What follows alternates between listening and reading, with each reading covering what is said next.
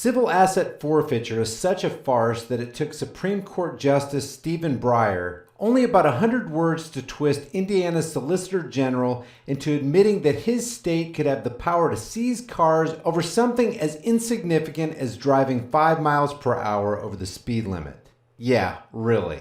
But let's back up. On Wednesday morning, the U.S. Supreme Court heard oral arguments in Timms versus Indiana, a case that could have huge ramifications for the way states and local governments use civil asset forfeiture to target the property of suspected criminals. And I'm using the word criminals in quotes because a politician and a police officer believes you've committed a crime if you break a so-called law, otherwise known as the opinion of a political parasite. As most people are probably aware, civil asset forfeiture is the process by which law enforcement can seize cars, cash, homes, and pretty much anything else that's suspected of being used to commit a crime or believed to be the proceeds of a crime. Oftentimes, suspects don't even have to be convicted of anything. Sometimes they aren't even charged before they can be deprived of their property. And to top it all off, law enforcement often has a perverse incentive to engage in this sort of thing because the proceeds of forfeiture can get plugged directly into their own budgets. Tyson Timms, the plaintiff in the case before the Supreme Court, was arrested in 2015 after selling heroin to undercover police officers. He pled guilty to 1 count of dealing a controlled substance and 1 count of conspiracy to commit theft. Then he was sentenced to 1 year of house arrest, followed by 5 years of probation. Additionally, the state of Indiana seized his 2012 Land Rover, which he purchased with money received from his late father's life insurance payout, not with the proceeds of drug sales, on the grounds that it had been used to commit a crime. At the Supreme Court, Tim's attorneys are arguing that the seizure of the Land Rover is an unconstitutional violation of the Eighth Amendment's ban on excessive fines and fees. So here's a quick test for you. Do you know what the Eighth Amendment says? It states, excessive bail shall not be required, nor excessive fines imposed, nor cruel and unusual punishments inflicted.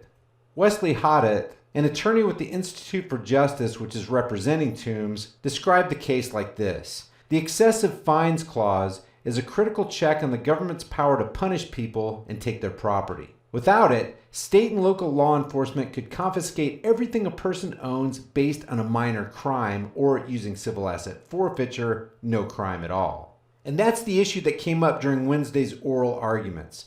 Justice Neil Gorsuch and Justice Elena Kagan, as well as Sonia Sotomayor and Brett Kavanaugh, had already slapped Indiana Solicitor General Thomas Fisher around a little bit. Then Justice Joseph Breyer stepped up to deliver the coup de grace to the government's argument that unlimited asset forfeiture is constitutional. Here's how he set the trap. Breyer said, well, in your view, an in rem civil forfeiture is not an excessive fine. Is that right?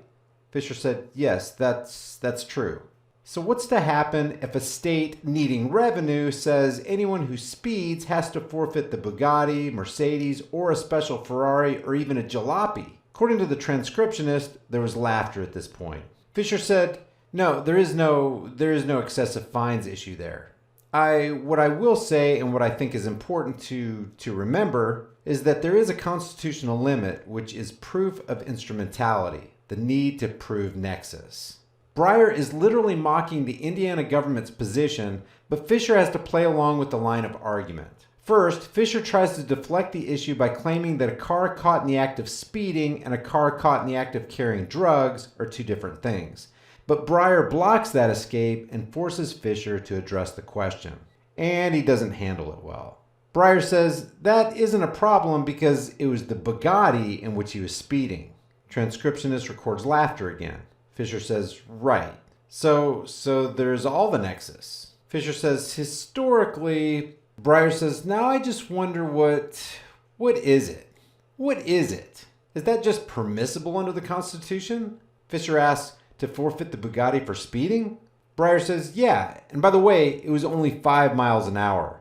Fisher says, yeah. Breyer says, above the speed limit. So what he's saying is, it's only 5 miles an hour above the speed limit. Fisher says, well, the answer is yes. And I would call your attention to the... Breyer says, is it yes? Fisher says, yes, it's forfeitable. Breyer says, it is forfeitable? And there you have it.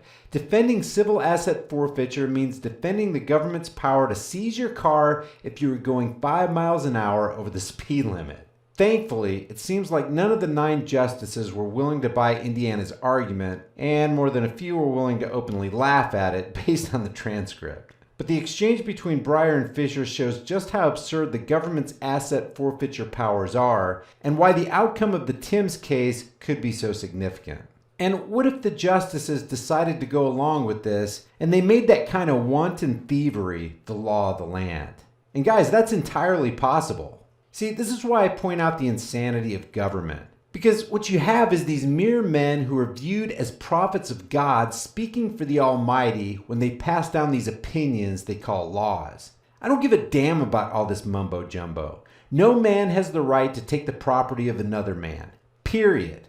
It doesn't matter the excuse, and it doesn't matter the so-called position of the fictitious government agent. With both the court's left and right wings making a mockery of Fisher's argument, the big question after Wednesday's oral case is not whether Timms will prevail at the Supreme Court, but how far the justices may be willing to go in restricting forfeiture under the 8th Amendment. Guys, that this would even have to go to trial signifies the utter absurdity of a morally bankrupt system. Leave your thoughts about this for the world and the Google Thought Police in the comments section below. And I'll see you guys in the next heavily censored shadow ban video.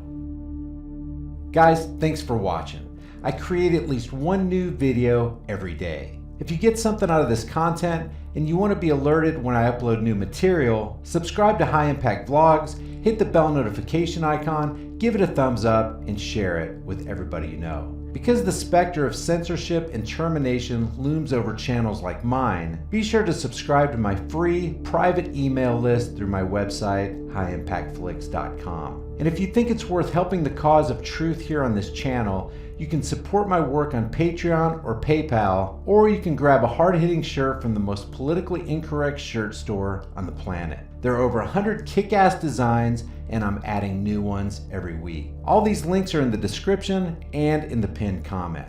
Remember, don't just believe anything and keep questioning everything.